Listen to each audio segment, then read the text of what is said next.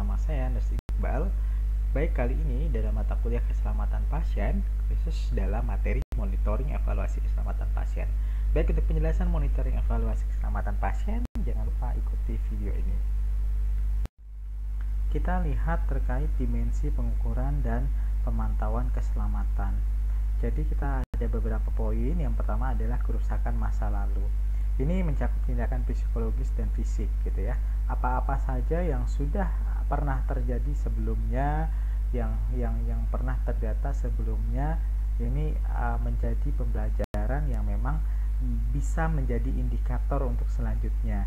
Apa saja yang mungkin sudah terjadi itu kita evaluasi untuk dijadikan sebuah indikator lanjutan. Ketika memang itu terjadi lagi, maka itu bisa menjadi acuan. Kemudian keandalan gitu ya. Nah, ini mencakup ukuran perilaku dan sistem. Bagaimana sebuah sistem itu sudah berjalan dengan baik atau tidak, sebuah perilaku sudah berjalan baik atau tidak. Kemudian sensitivitas terhadap operasi. Jadi informasi dan kapasitas untuk memantau keselamatan setiap jam ataupun setiap hari itu dilakukan. Bagaimana informasi yang harus dijalankan, informasi yang harus diterima oleh klien, oleh pasien itu harus terpantau dengan baik dan tentunya memang mengacu pada keselamatan pasien. Kemudian antisipasi dan kesiapan. Ini kemampuan dalam mengantisipasi, kemudian bersiap dalam menghadapi masalah, ini perlu ada. Bagaimana kita bisa membuat sebuah analisa masalah, kemudian dari analisa itu tentunya bisa membuat sebuah antisipasi dan kesiapan apa yang mungkin terjadi. Kita sudah mengetahui terlebih dahulu apa saja yang memang menjadi kemungkinan untuk bisa membahayakan pasien atau mengancam keselamatan pasien, sehingga ada antisipasi dan kesiapan yang bisa kita buat. Kemudian mengintegrasikan dalam pembelajaran. Nah, kemampuan untuk merespon dan memperbaiki apa yang sudah terjadi, apa yang sudah ada di lapangan, ini harus dilakukan. Kita harus cepat merespon terhadap kejadian-kejadian yang ada di lapangan. Dan tentunya dari respon kejadian-kejadian tersebut ada upaya ataupun tindakan perbaikan yang harus dilakukan. Terkait dengan informasi keselamatan harus tentunya sampai kepada semua pihak, dan informasi keselamatan yang bermasalah juga tersampaikan kepada pihak yang memang memegang atau menanggulangi masalah tersebut. Baik, dalam upaya monitoring dan evaluasi keselamatan pasien, kita perlu adanya sistem pelaporan, yang mana sistem pelaporan ini menjadi acuan kita dalam memberikan pelaporan. Yang pertama, kita lihat coba pelaporan kejadian yang memang ditargetkan. Artinya ada beberapa institusi yang memang memberikan kejadian-kejadian yang sifatnya tertarget gitu loh.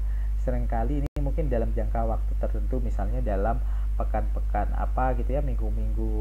minggu-minggu ataupun terjadinya musim penyakit tertentu, maka sudah ada target kejadian yang mungkin sudah biasa terjadi di masa lalu, itu menjadi target yang harus dilihat dan harus dilaporkan gitu ya. Nah, itu contohnya misalnya pada DBD gitu kan. Nah, itu staf harus melaporkan setiap harinya terkait dengan kejadian-kejadian tersebut. Kemudian dicatat, kemudian dilaporkan secara spesifik gitu ya kepada memang yang manajerial yang memang mengurusi hal ini. Kemudian yang kedua terkait dengan pelaporan wajib yang tidak pernah kejadian. Nah, ini ada beberapa hal terkait dengan pelaporan yang harus dilakukan. Pelaporan wajib ini yang memang sifatnya fatal gitu ya, yang sampai mengancam kematian. Ada beberapa poin list gitu ya yang tidak pernah kejadian. Nah, tapi mungkin nanti akan berbeda di vaskes lainnya sudah meliskan yang tidak pernah kejadian itu apa saja, dan kalau kejadian itu wajib dalam pelaporan segera, dan sistemnya mungkin akan dibangun pada tatanan manajerial selanjutnya. Nah, ini ada beberapa contoh yang bisa saya sampaikan terkait list yang tidak pernah kejadian gitu ya. Misalnya dalam pembedahan, salah letak atau salahnya operasi implan misalnya. Kemudian tertinggalnya benda asing pasca operasi gitu. Nah, tidak pernah kejadian di vaskes tersebut. Nah, kalau kejadian itu menjadi hal yang harus segera dilaporkan dan sistemnya mungkin ada khusus gitu. Kemudian dalam pemberian obat, misalnya obat penyuntikan yang beresiko tinggi gitu ya, yang dipersiapkan dengan baik, nah itu terjadi kesalahan. Kemudian kesalahan administrasi dalam larutan yang mengandung hal-hal ya ataupun zat-zat tertentu yang memang sangat membahayakan gitu ya. Kemudian kesehatan mental, misalnya bunuh diri. Nah, ini perlu dipertimbangkan gitu ya. Kemudian melarikan diri gitu. Nah, ini menjadi hal-hal yang mungkin perlu disampaikan juga, kewajiban gitu. Nah, beberapa contoh lainnya tentu tergantung dari vaskes tersebut dalam mengupayakan atau melis apa saja tindakan kejadian yang memang mungkin belum pernah terjadi, tapi kalau kejadian itu menjadi hal yang fatal gitu ya.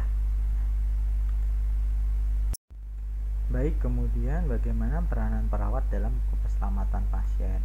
Nah, tentu dalam peranan perawat dalam keselamatan pasien ini mengacu dalam proses keperawatan yang terjadi pada ataupun yang dilakukan oleh perawat, yaitu mulai dari pengkajian, diagnosis, intervensi, implementasi sampai pada evaluasi. Nah, perawat di sini memang harus mengetahui terkait dengan keselamatan pasien, isu-isu yang mungkin terjadi. Perawat harus mampu memahami dan menguasai bagaimana keselamatan pasien yang memang akan menjadi ataupun akan harus diupayakan oleh perawat. Perawat juga perlu melihat bagaimana keterlibatan antara dirinya dengan profesional pemberi asuhan lainnya. Perawat juga harus memahami terkait dengan bagaimana perspektif mereka melihat keselamatan pasien yang ada di fasilitas kesehatan mereka. Kemudian juga perawat tentunya berusaha gitu ya untuk menjadi pendengar yang baik terhadap pasien, keluhan-keluhan pasien gitu, merespon meskipun bukan sepenuhnya perawat yang akan bertanggung jawab terhadap masalahnya gitu ya. Nah, kepemimpinan keperawatan perlu menjunjung tinggi upaya-upaya keselamatan pasien yang harus dilakukan oleh perawat sesuai dengan mungkin pelayanan yang diberikan, yaitu yang seperti yang sudah saya sebutkan di awal bahwa seputar pada proses asuhannya mulai dari pengkajian sampai evaluasi. Kemudian jika memang ada data-data yang perlu disampaikan, maka terkait dengan entah itu kejadian yang tidak diinginkan kah ataupun adanya kecelakaan, cedera kah, nah itu harus disampaikan berupa data. Nah, peran perawat dalam mulai pengkajian tentunya mulai asesmen dalam mengidentifikasi pasien dengan tepat, verifikasi pasiennya harus dilakukan dengan benar. Itu adalah tujuan dalam keselamatan pasien. Dalam mendiagnosa keperawatan sudah tepat belum? Kalau pengkajiannya sudah salah, tentu diagnosanya juga akan bermasalah, bukan membantu merespon dari masalah pasien, tapi bahkan mungkin menghancurkan gitu ya. Penentuan perencanaan ataupun intervensi, perawat mengambil peran dalam keselamatan pasien. Rencana-rencana yang harus dilakukan tentunya mempertimbangkan kondisi dan keadaan serta kebutuhan pasien. Begitu juga saat implementasi. Perawat harus mampu mengimplementasikan dengan tepat. Sebelum mengimplementasikan sesuatu harus verifikasi pasien dan sebagainya. Nah, ini berupa kewajiban yang harus dilakukan perawat sampai pada tahap evaluasi, apakah semua yang sudah dilakukan oleh pasien itu sudah tepat atau belum. Jika memang kurang tepat, maka dilakukanlah upaya perbaikan dan segala macam. Jika ada terjadi kesalahan, maka dilakukan juga upaya-upaya dalam menyampaikan kesalahan dalam sistem pelaporan dan sebagainya.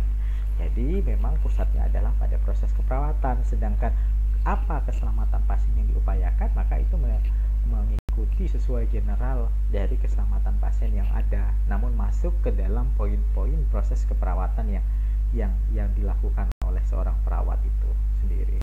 Baik, demikian penjelasan terkait monitoring, evaluasi, serta peran perawat dalam upaya keselamatan pasien. Sampai ketemu dalam video selanjutnya. See you.